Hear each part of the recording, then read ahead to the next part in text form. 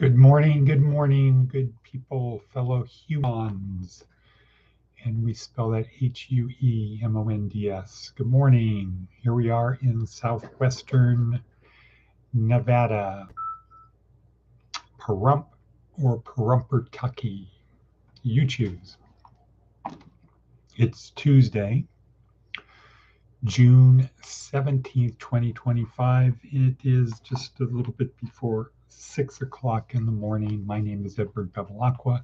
This is day 2 of week 1 in our neuroscience-oriented approach to success. Today we're going to talk about IQ. In fact, that's the theme of our today's talk. Is how important is IQ? How important is knowing your IQ? Okay, before we get into that, a little bit of intro as to why we're here. We're here to help our students and interested people experience this life.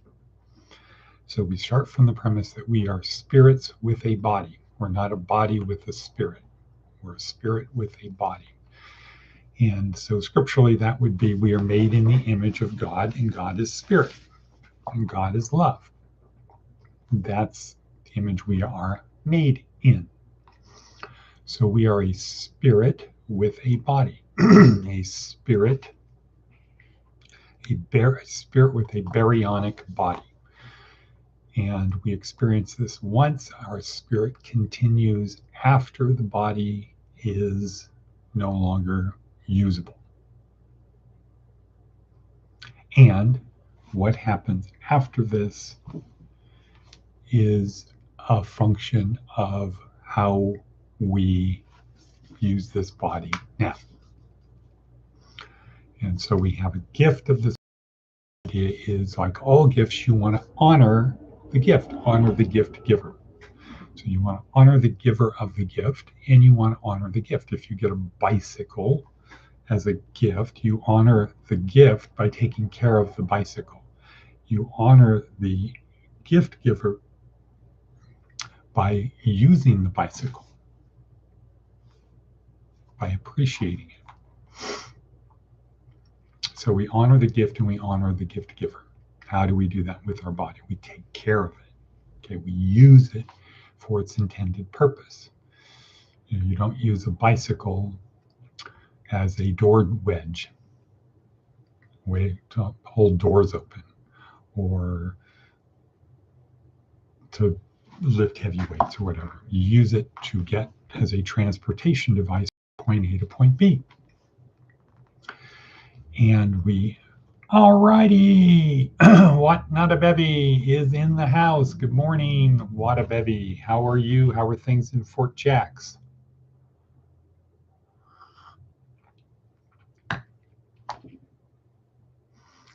How is things in Fort Jacks? Things are blessed. Is that an acronym for something? Bad, lousy, icky, stupid, smelly, trouble. Wow, good. Good on you, mate, as we would say. LOL, only good. Ha ha ha ha. Okay. So we're going to talk about IQ today, something What Not a Bevy knows something of because she has an IQ. Okay. So, glad you're there. How's the weather? How's the weather? Do I though? Bong. That's what Lucy would say. LOL. Okay, so we can proceed with life. What Not a Bevy has arrived. All's well in the world. So we're talking about IQ, What Not a Bevy, but we're actually talking about why we're here. The basic premises we operate under. We are a spirit with a body, and it's and our soul continues after soul continues after the body expires. The body is no longer usable. The body doesn't function anymore. And what happens after this is a function of how we use the body now.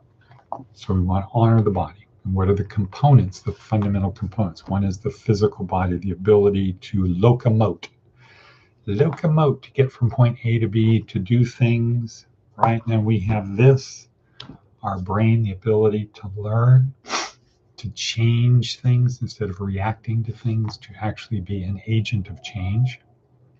And we have emotions. We can use those emotions to have a sense of the world, but we have to control them because they can carry us away, can get carried away in our emotions. We need to learn to control them and control our mind and control our body. And how many of us can say they think they have pretty good control of their body, their mind, and their emotions? Interesting. Interesting question you posed there, director. All right, so let's look at our worksheet. What do we got going? What else we got going? Advice from an 80-year-old. Compliment the meal when you're a guest in someone's house. Right. And I usually tell a story about Alexander at this point, chastising his men at a feast, complaining about how bad the food was, chastising them to just, if you don't like it, don't eat it, but don't complain. So that's the advice from an 80-year-old. Seth Godin. What does our man Seth Godin say? I made a mistake. I made a mistake. This sits right next to I made a bad decision and things that are hard to say. But there are many moments when we're confused about what actually happened. You might not have made a bad decision, and it's also possible you didn't make a mistake. It could be that it was simply a bad outcome. That's different. Annie Duke opened my eyes to the distinction. It's critically important. Good decisions are calculations based on what we know right now. If the world turns out differently than the data you had indicated, that's not a bad decision. A bad decision is one that isn't based on available facts. It falls into traps like sunk costs or peer pressure. A bad decision is an error in judgment or skill. Good decision makers, when faced with the same option as you had, would not have done what you did. But good decisions often can lead to undesired outcomes. Taking the 8:20 train is a good decision, and if the train breaks down and you're late, it's still a good decision. Buying a lottery ticket is never a good decision. Sometimes you win, that's great, but given the data you had when you bought the ticket, there are clearly more profitable ways to invest your money. If you start a business and unlikely events cause that business to fail, it's not at all clear that you made a mistake or a bad decision. What is clear is that the business failed and you are involved in cleaning up a bad outcome. The words matter, because we should repeat our good decisions and avoid our avoidable errors. Outcomes happen every time, but we're only able to be smart about what we know, including the odds, not about what is about to happen.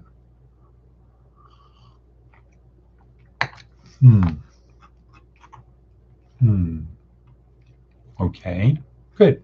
That's a long one, thought to digest. Need to read that a couple times. Daily Stoic. 5 Stoic ideas. Yeah, 5 great Stoic takeaways. Jordan Peterson on TED Talk talking about IQ. Jordan Peterson also talking about weakness. When you are feeling weak, that leads to bitterness. And bitterness leads to vengeance. And vengeance leads to a lot. So he will say that there's no limit to what happens once you start becoming vengeful. So don't become weak. If you don't become weak, you won't become bitter the way you're being treated in your weakness. And if you don't become bitter, you won't become vengeful. Right. Right. What say you, What Not a Bevy? So while we're waiting for What Not a Bevy to say what not, or whatever, let's see. Today I'm going to Vegas. My eye exam that I forgot about last Thursday after I got my hair cut. Got in the car, autopilot, back to Pooh Rump. Forgot to turn that way instead of this way. Very, very true. And so I have, well, first I got to have my blood from my physical last Monday. Blood.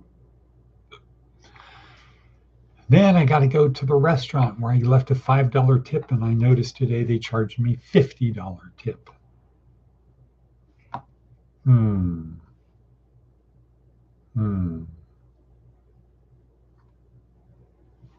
Right. Right. Not good. Leaves a very bitter taste, right? Next, we have what?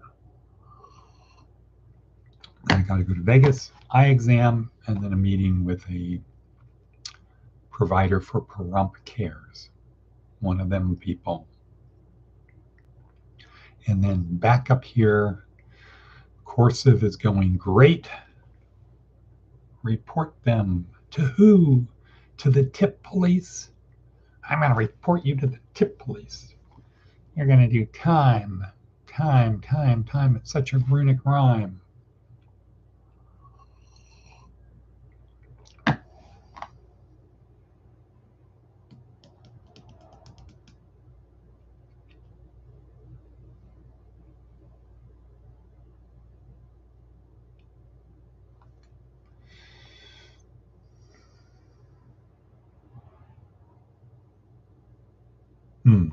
Okay, just thinking through the day there. The 5-minute pause we learned about from Seth Godin yesterday. 90 seconds a day. Do 18 5-second pauses. Right. Okay, let's talk about IQ. How are we doing for time? Let's talk about IQ. This is one of the crucial ones. This is why it's part of week 1 here in our orientation and overview.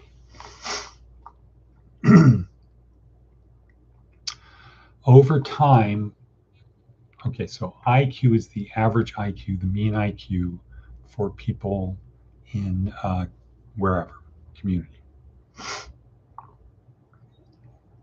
So we set it at the average is 100.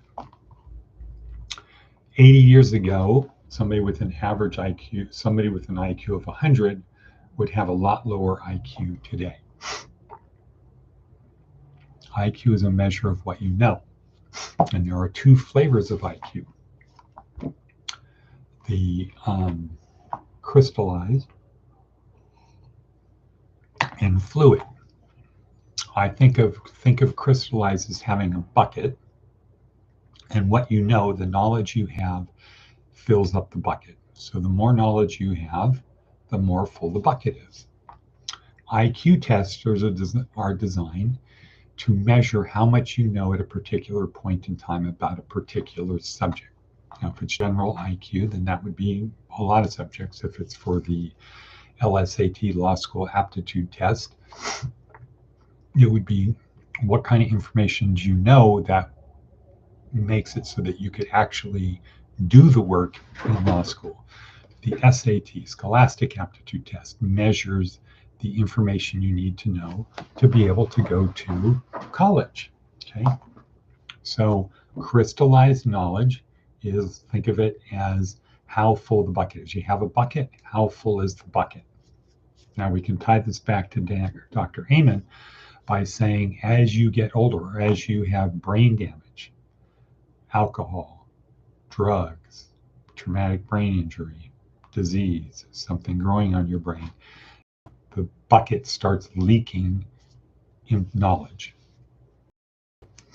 Brain smart programs help you put more in the bucket, so as stuff is draining, other stuff is coming in. And that the stuff that's draining is being replaced by the same type of stuff coming in. So you're losing information about your past, your memories of the past, but you're going through your photo albums every day and you're restoring that information. That's a brain smart program. That's for crystallized. And so filling up the bucket is crystallized knowledge. A perfect score on the SAT test could be measured by a line around the bucket. And if you want to get a perfect score on the SAT, here's what you need to know in terms of scholastic aptitude. The ASVAB is a IQ test for people going in the military. So, but then there is fluid IQ. And the way to think of fluid IQ is like a pump that takes random data and puts it into the bucket, processes it, puts it into the bucket. So some people have a fluid IQ of very good. The pump really is efficient. They learn and retain easily. Those are people that have high IQs. Why? Because their bucket is really full because they were able to process a lot of information. Kids that go to school in China or Japan and they're working doing 7 days a week, year round, or whatever it is, they're learning. They're just filling up the bucket faster. It doesn't mean they are genetically smarter, better. They're just spending more time to fill up the bucket. Perhaps they're refining the pump, the fluid IQ. They're being very efficient on that. Well, some things apparently wipe out the pump, like drugs, like marijuana, reefer, Mary Jane, pot. Those things wipe out or affect or wipe out the fluid, the pump. So like if you have a well and you need to pump the water out, if the pump is broken, what doesn't happen? Water doesn't flow out of the spigot into the tank or whatever. We don't understand that. People don't get that. Before you take drugs, they don't get that. Now this is going to have an impact on your ability to learn. Can we go back and fix the pump? I don't know. You see some of these old hippies, people that were hippies in the 70s, 50 years ago. They're now in their 70s, 80s, late 60s. Nah, they're in their 70s and 80s, and most of them are not around. But if you do happen to come across one, they know everything about that time, but they don't know anything now. They can't learn, and they're physically wrecked. They're physically wrecked, and the pump is wiped out. They're interesting to talk to as like a time capsule.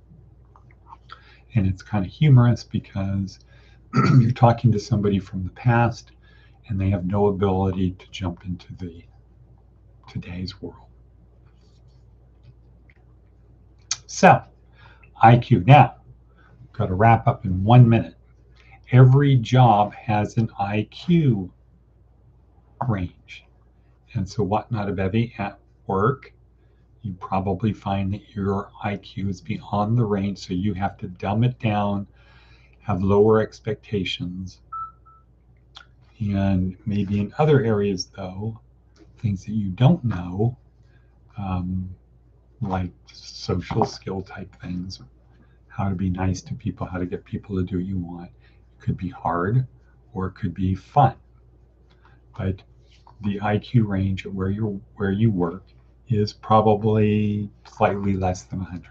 Now, maybe the physical trainers have an IQ of over 100, like maybe 105, because you need to know a lot of stuff. So every job has an IQ range. The idea is to know your IQ, and know the IQ range of the job, and have your IQ at the 75th percentile, or 25 from the top. So the job is challenging, but you basically have it mastered, but still kind of challenging. So you are recognized as a good, solid employee. And when you go home at night, you like your job. It's not too hard, not too easy. It's just right. Yeah, so the Goldilocks zone is in the 25%. So what not a bevy? Are you able to have a call? Are you at work or what? Because we're past the 20-minute rule on our 10-minute call. Our 10-minute talk. Yes, call. Okay, great. Will do. Roger will go. With that, we'll say end cut.